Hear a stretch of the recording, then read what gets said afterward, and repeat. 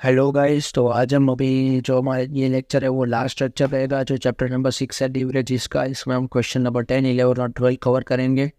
और तो हम सबसे पहले देखते हैं क्वेश्चन नंबर 10 जो कि एक इंपॉर्टेंट क्वेश्चन है। उसमें हमें दे रखा है the following details of the company for the year end 31 March 2021 are given.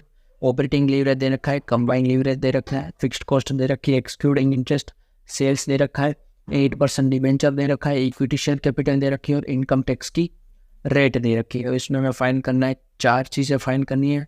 Financial leverage को फाइन करना है, बाद में पीवी रेशियो ईपीएस फाइन करना है, असेट टर्नओवर रेशियो जो कंपनी का है उससे कंपेरिजन करना है, और जो लास्ट है जो हमें ईबीटी का जो ब्रेक इवन पॉइंट है वो कंबाइंड लीवरेज से उसका यूज़ करना है। तो सबसे पहले यहाँ पे हम करेंगे फाइनेंशियल लीवरेज को फाइन। तो सबसे पहला हमें पूछा गया, तो मैंने आपको बोला था कंबाइंड लीवरेज होता है financial leverage into operating leverage.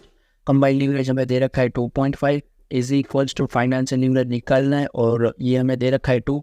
तो फाइनेंशियल लीवरेज हमारा आ जाएगा 2.5 डिवाइडेड बाई 2 दैट इज 1.25। यहाँ पे हमारा फाइनेंशियल लीवरेज आ गया।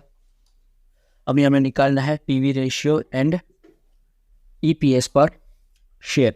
तो हमें जो ऑपरेटिंग लीवरेज होता है वो ऑपरेटिंग लीवरेज का हमारा फॉर्मूला क्या होता है? ऑपरेटिंग लीवरेज का फॉर्मूला हमारा होता है कॉन्ट्रीब्यूशन अपॉन EBIT।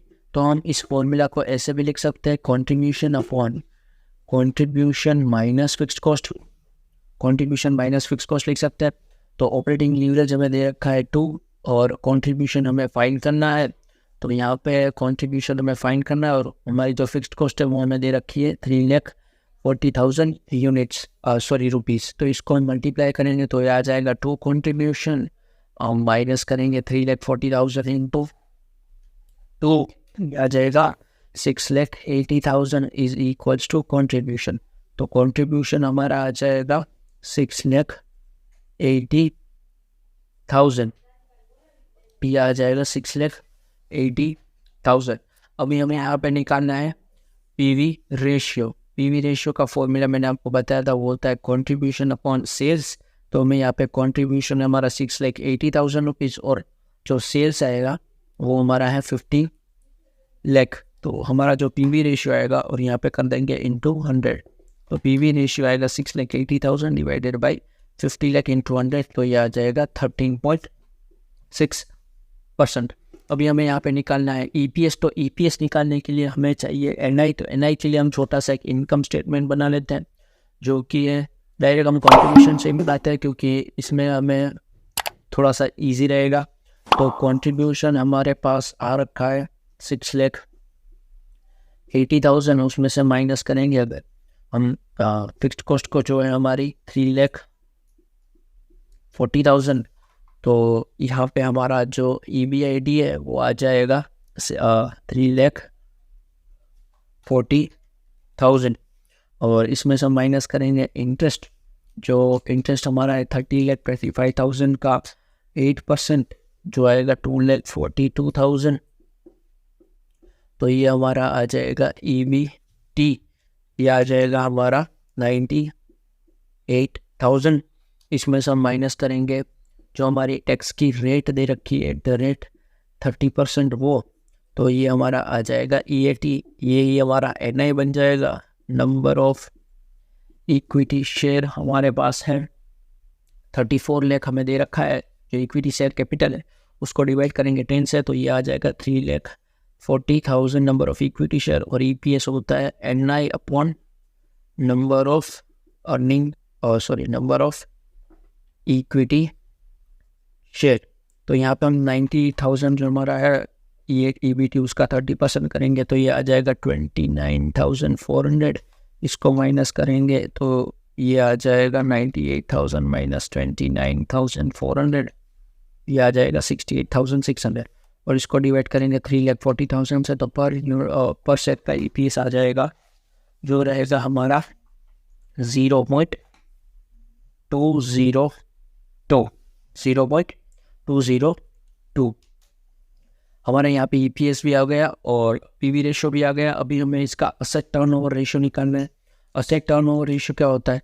तो असेट टर्नओवर रेशियो का मैंने आपको फॉर्मूला भी बताया था जो होता है sales upon total asset.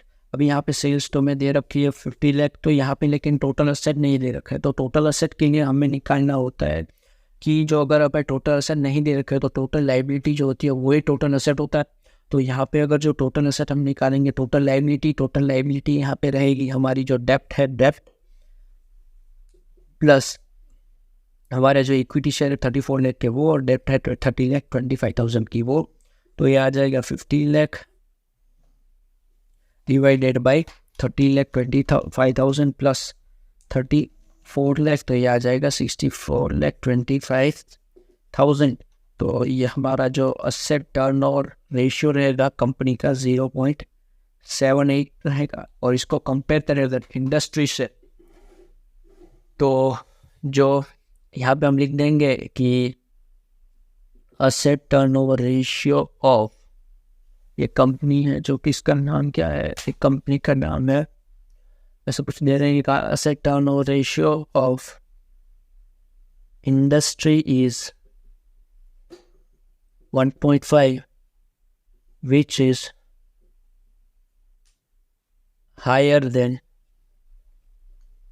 this, that is 0.78 बस। और जो हमारा फोर्थ है मैं जो इसमें पूछा गया है वो है कि at what level of sales the earning before tax of the company will be 0। यानी हमें सीधा ब्रेक इवन पॉइंट पूछा है, तो अर्निंग बिफोर टैक्स पूछा है और वैसे भी अर्निंग बिफोर टैक्स पूछा है इसने। तो इसका मतलब जो हमारा सेल्स पे इफेक्ट किस में निकालना है, ईबीटी पे। तो ईबीटी यानी अगर टैक्स को माइनस कर दे तो ईएटी आ जाएगा। तो इसका मतलब इसने हमें रिलेशन दे रखा है सेल्स और ईपीएस का। तो यहाँ पे हम कंबाइंड लिवरेज को इस्तेमाल करेंगे। तो अगर आपने कॉन्सेप्चुअल वीडियो देख रखा है तो उसमें मैंने आपको बोल रखा था कि हम डायरेक्ट वे से भी कैलकुलेट कर सकते हैं अगर हमें ईपीएस को सेल्स और ईपीएस का रिलेशन दे रखे हैं कंबाइंड लिवरेज के फॉर्म में। तो उसमें ब्रेक इवन पॉइंट निकालने के लिए मैंने आपको बोल रखा था कि percentage change in EPS divided by percentage change in sales. तो यहाँ पे हमें वाइप आउट करना है ईपीएस को। तो देखो मैं यहाँ पे लिख देता हूँ percentage change in EPS divided by percentage change in sales. तो यहाँ पे इन लोगों ने बोल रखा है कि हमें ये तो हमारा जो है ये हमारा हो जाएगा break even point combined leverage का फॉर्मूला। तो हमें निकालना है कि ईपीएस को हमें अगर 100% से वाइप आउट करना है, 100% से वाइप आउट करना है, ये हो जाएगा कंबाइंड लिवरेज। तो परसेंटेज चेंज इन सेल्स कितना रहेगा, तो कंबाइंड लिवरेज हमारे पास जब है 2.5, तो परसेंटेज चेंज इन सेल्स हमें करना पड़ेगा 100/2.5, that is 100 divided by 2.5, that is 40% से हमें सेल्स को चेंज करना पड़ेगा, डिक्रीज करना पड़ेगा। तो अभी हमारा जो सेल्स हमें गिवन कर रखा है इन लोगों ने वो है 50 लाख। तो उसमें से हमें 40 लाख को माइनस का 40% को माइनस करना पड़ेगा। तो 50 लाख जो हमें नया एग्जिस्टिंग सेल्स दे रखा है उसमें से माइनस करेंगे 50 लाख का 40%। तो जो नया सेल्स लेवल आ जाएगा वो आ जाएगा 30 लाख रुपीज़। तो जो 30 लाख रुपीज़ ऐसा सेल्स का लेवल है जहाँ पे आपका जो ईबीटी आएगा वो वाइप आउट हो जाएगा, मीन्स कि वो 0 हो जाएगा, ताकि आपके पास ईएटी कुछ भी ना बचे। और ये अगर कुछ भी नहीं बचेगा तो आपका जो ईपीएस है वो भी 0 आ जाएगा, क्योंकि एनआई जब 0 है तो नंबर ऑफ इक्विटी शेयर को डिवाइड करके कुछ इसमें बेनिफिट नहीं होगा, तो ये हमारा 0 आ जाएगा। अगर आपको इसको चेक करना है तो आप चेक भी कर सकते हैं, जहाँ पे हमारा ईएटी नील रहेगा। अभी हम करेंगे क्वेश्चन नंबर 11 को। तो अभी हम स्टार्ट करेंगे। तो अभी हम शुरू करने जा रहे हैं क्वेश्चन नंबर 11। तो 11 बहुत ही इजी क्वेश्चन है जो आपको इजीली आप कर सकते हो। तो ये जो क्वेश्चन है उसमें मैं आपको number of different forms they रखी है, 5 फॉर्म दे रखे हैं, उसमें से मैं आपको एक फॉर्म का करवा रहा हूँ सॉल्व। बाकी की जो रिमेनिंग फॉर्म है उसका आप खुद से सॉल्व करना, क्योंकि ये थोड़ा सा इजी क्वेश्चन है। और ये जो डिग्री मैंने आपको बता रखी थी, degree of combined leverage, financial leverage और ऑपरेटिंग लीवरेज, उसके बेस पे ये क्वेश्चन है। तो मैं आपको पी फॉर्म है जो उसका मैं आपको सॉल्व करवा रहा हूँ, और इसमें हमें गिवन कर रखा है इन लोगों ने change in revenue, change in operating income और चेंज इन ईपीएस। तो आप हमें यहाँ पे इन लोगों ने पूछा है निकालने को और ऑपरेटिंग लीवरेज पूछा है और कंबाइंड लीवरेज पूछा है। तो इसका मतलब हमें तीनों निकालने पड़ेंगे, क्योंकि कंबाइंड लीवरेज में भी हमें फाइनेंशियल लीवरेज का यूज़ होता है। तो सबसे पहले हम इसमें एक कॉलम बना देते हैं, कंबाइंड लीवरेज, फाइनेंशियल लीवरेज और सॉरी यहाँ पे हमें पहले लिखना चाहिए तो ऑपरेटिंग लीवरेज, फाइनेंशियल लीवरेज और लास्ट में हम लिखेंगे कंबाइंड लीवरेज। तो मैंने आपको degree of operating leverage, degree of financial leverage और डिग्री ऑफ कंबाइंड लीवरेज का फॉर्मूला बता रखा था। यहाँ पे मैं वापस लिख रहा हूँ। डिग्री ऑफ ऑपरेटिंग लीवरेज होता है change in EBIT upon change in sales. अब EBIT को हम ऑपरेटिंग इनकम भी बोल सकते हैं, ऑपरेटिंग इनकम भी बोल सकते हो, इसको रेवेन्यू भी बोल सकते हैं। Degree of financial leverage, financial leverage का डिग्री मैंने आपको बता रखा था change in EPS upon change in EBIT। यहाँ पे हम इसको ऑपरेटिंग इनकम भी बोल सकते हैं। और इसका होता है डिग्री ऑफ कंबाइंड लीवरेज का change in EPS upon change in sales, इसको हम रेवेन्यू भी बोल सकते हैं। तो सिंपली आपको ये तीनों फॉर्मूला इसमें अप्लाई करते रहेंगे। तो सबसे पहले अगर हम निकालें degree of operating leverage fund P का, तो इसमें मैं चेंज इन ऑपरेटिंग इनकम दे रखा है 38% divided by change in sales यानी रेवेन्यू दे रखा है 25%। फाइनेंशियल लीवरेज का रहेगा EPS में चेंज है 23% और ऑपरेटिंग लीवरेज में चेंज है 38%। और यहाँ पे हम निकालेंगे 23 डिवाइडेड बाई 25। तो सबसे पहले आएगा 38 डिवाइडेड बाई 25, ये आ जाएगा 1.52, ये आ जाएगा 23 डिवाइडेड बाई 38, ये आ जाएगा 0.606 और कंबाइंड लीवरेज आ जाएगा 23 डिवाइडेड बाई 25 जो है 0.92। अब इसको मल्टीप्लाई करके भी आप कंबाइंड लीवरेज निकाल सकते हो, लेकिन थोड़ा सा चेंज आ सकता है ड्यू टू डेसिमल प्लेस। तो ये जो क्वेश्चन है 11 क्वेश्चन वो इजी क्वेश्चन था, इतना कुछ उसमें हार्ड एंड फास्ट कॉन्सेप्ट नहीं था। तो हमने जो ये जो क्वेश्चन नंबर 11 है, बाकी की जो रिमेनिंग फॉर्म है आप उसका खुद से ट्राई करना। और ये MTP जो मई 23 की थी उसमें भी ये क्वेश्चन आ रखा था। तो ये इम्पोर्टेंट क्वेश्चन भी है, इजी लेकिन इम्पोर्टेंट है। तो अभी हम नेक्स्ट क्वेश्चन करने जा रहे हैं जो न्यू स्कीम में ऐड हुआ है, जो अर्लियर जो ओल्ड स्कीम थी उसमें नहीं था क्वेश्चन नंबर 12। तो अभी हम करेंगे क्वेश्चन नंबर 12 को सोल्व। तो ये जो क्वेश्चन नंबर 12 है वो मैंने आपको जैसे बताया रिसेंटली न्यू स्कीम में ऐड हुआ है। तो इसमें हमें फाइंड करना है और सबसे पहले तो गिवन कर रखा है इन लोगों ने। तो following data have been extracted from the books of LM limited, जिसमें हमें सेल्स दे रखा है 100 lakh rupees, interest payable per annum दे रखा है 10 लाख रुपीज़, ऑपरेटिंग लीवरेज और कंबाइंड लीवरेज दे रखा है और हमें कैलकुलेट करना है फाइनेंशियल लीवरेज। ये भी इजी क्वेश्चन है, ये भी इजी क्वेश्चन है। तो हमें फाइनेंशियल लीवरेज कैसे कैलकुलेट करेंगे? फाइनेंशियल लीवरेज का मैंने आपको जो यहाँ पे कैलकुलेट करना है, तो मैंने आपको कंबाइंड लीवरेज का फॉर्मूला बताया था, financial leverage into operating leverage. Combined leverage यहाँ पे दे रखा है 2.16 और ये हो जाएगा फाइनेंशियल लीवरेज, और यहाँ पे ऑपरेटिंग लीवरेज दे रखा है 1.2। तो यहाँ पे जो हमारा फाइनेंशियल लीवरेज होगा वो होगा 2.16 डिवाइडेड बाई 1.2, तो ये हो जाएगा 1.8।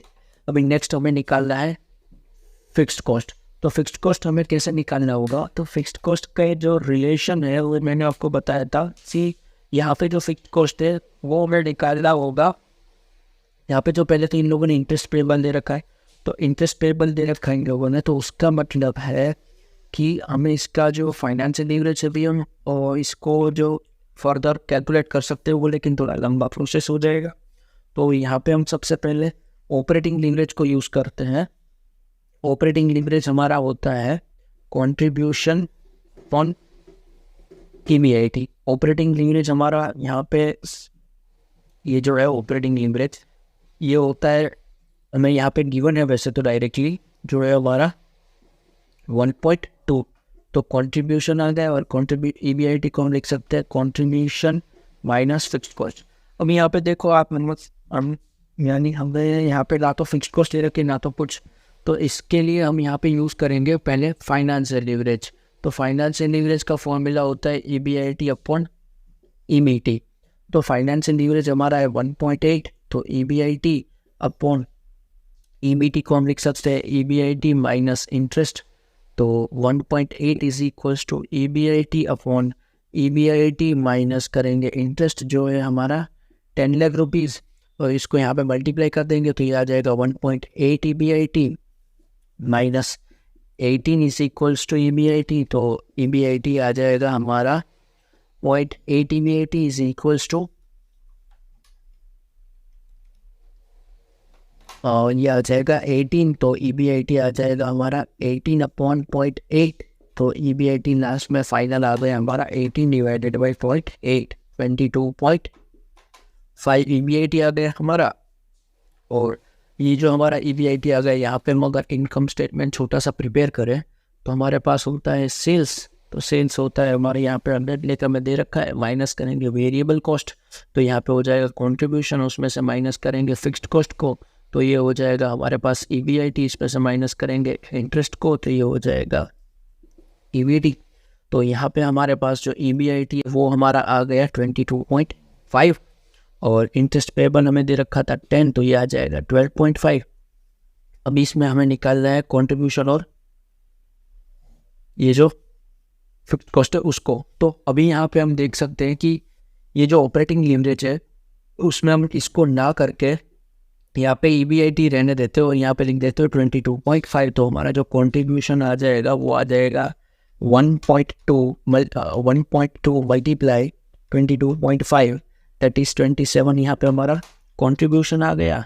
तो 27 में से कोई क्या माइनस करेंगे तो 22.5 आएगा। तो 27 minus 22.5 that is 4.5 lakh rupees का ये आ गया।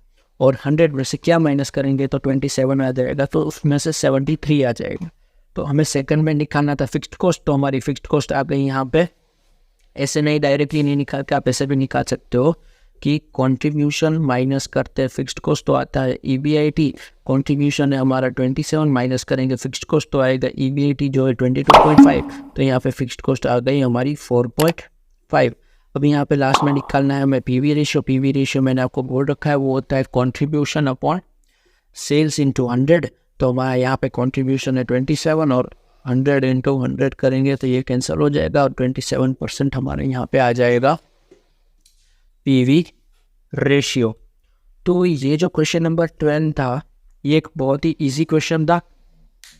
तो आप इस जो क्वेश्चन नंबर 12 है उसको आप एक बार खुद से भी ट्राई करना, क्योंकि एक बहुत ही इजी लेवल का क्वेश्चन था। एडिशनल क्वेश्चन इन लोगों ने ऐड किया, लेकिन इतना कुछ हार्ड एंड फास्ट इस क्वेश्चन में कुछ ऐसा कुछ कॉन्सेप्ट था नहीं। तो यहाँ पे हमारा जो चैप्टर है फाइनली लीवरेज चैप्टर वो एक ख़त्म होता है। और अभी जो ये चैप्टर में अगर आपको कोई भी डाउट हो तो आप ज़रूर से कमेंट कर सकते हो। तो मैं जो आपके डाउट्स होंगे तो वो एक अलग से उसका वीडियो बना के और आपके जो डाउट्स है उसको क्लियर कर दूँगा। तो और मैं यहाँ पे एक आपको टिप देना चाहूँगा कि जितने भी लीवरेजेस के क्वेश्चन हैं उसमें सबसे पहली टिप तो आप इनकम स्टेटमेंट बनाओ। इजीली आप अगर इनकम स्टेटमेंट बना के करोगे तो सॉल्व हो जाएगा। और सेकंड टिप मैं आपको देना चाहूँगा, अगर आपको क्वेश्चन में लगे कि कुछ नहीं आ रहा है तो आप जो क्वेश्चन में डेटा दे रखे हैं वो आप एक बार लाइन से अपने जो यहाँ पे नोट्स है उसमें लिख लो। जैसे कि मैंने आपको क्वेश्चन नंबर 9 में बताया था कि मैंने आपको स्टार्टिंग में कैसे डेटा लिख रखे थे, तो आप वैसे डेटा लिख लो। तो उससे आपको क्या होगा कि जो फॉर्मूला है उसको रिकॉल करने में आपको ईजीली मीन्स हेल्प मिलेगी उस डेटा से। तो आपका क्वेश्चन अगर कुछ नहीं आता तो थोड़ा तो सॉल्व हो ही जाएगा। तो इसमें कुछ ऐसा हार्ड एंड फास्ट कॉन्सेप्ट नहीं है। ये लीवरेज चैप्टर एक ईजी चैप्टर है, तो आप इसको ईजिली कवर कर सकते हो। तो यहाँ पे हमारा ये चैप्टर एंड होता है। Thank you very much.